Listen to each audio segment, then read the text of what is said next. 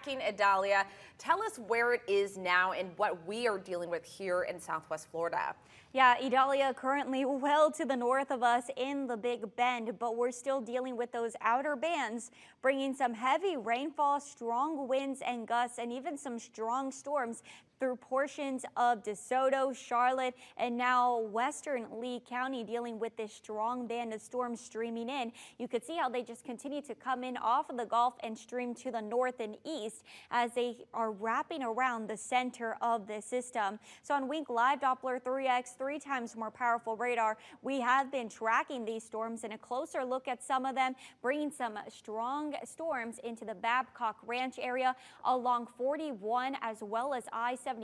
So definitely not a spot where you want to be driving through, not only because of this quick and heavy rainfall, but also because of how strong these winds are. Now, we did have a tornado warning pop about 45 minutes ago due to a cell that was showing signs of rotation through northwestern portions of DeSoto County, and that's something we're going to continue to be watching for through the afternoon as we continue to be dealing with these outer bands. So just to track this portion of the line of storms pushing out towards the north and east, Florida Hospital at about 10:17 this morning, Lake Placid soon after that. And as we take a closer look at this line of storms just to the west of Fort Myers, we can expect it to enter into Fort Myers within the next few minutes.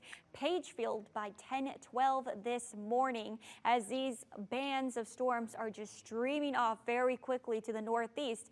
And again, those winds are packing a punch. As we take a look at wind velocity, we're going to be sampling the wind speeds with them. This area just to the east of Arcadia, winds coming in at about 65 miles per hour near the Fort Myers area where we were watching those really strong cells.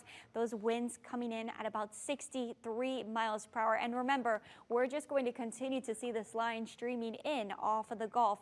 Here's a look at the bigger picture. The center of the storm sitting well to the north of us, already beginning to push out of that Florida border into southern Georgia, but those bands of storms continue to stream across the bulk of the peninsula.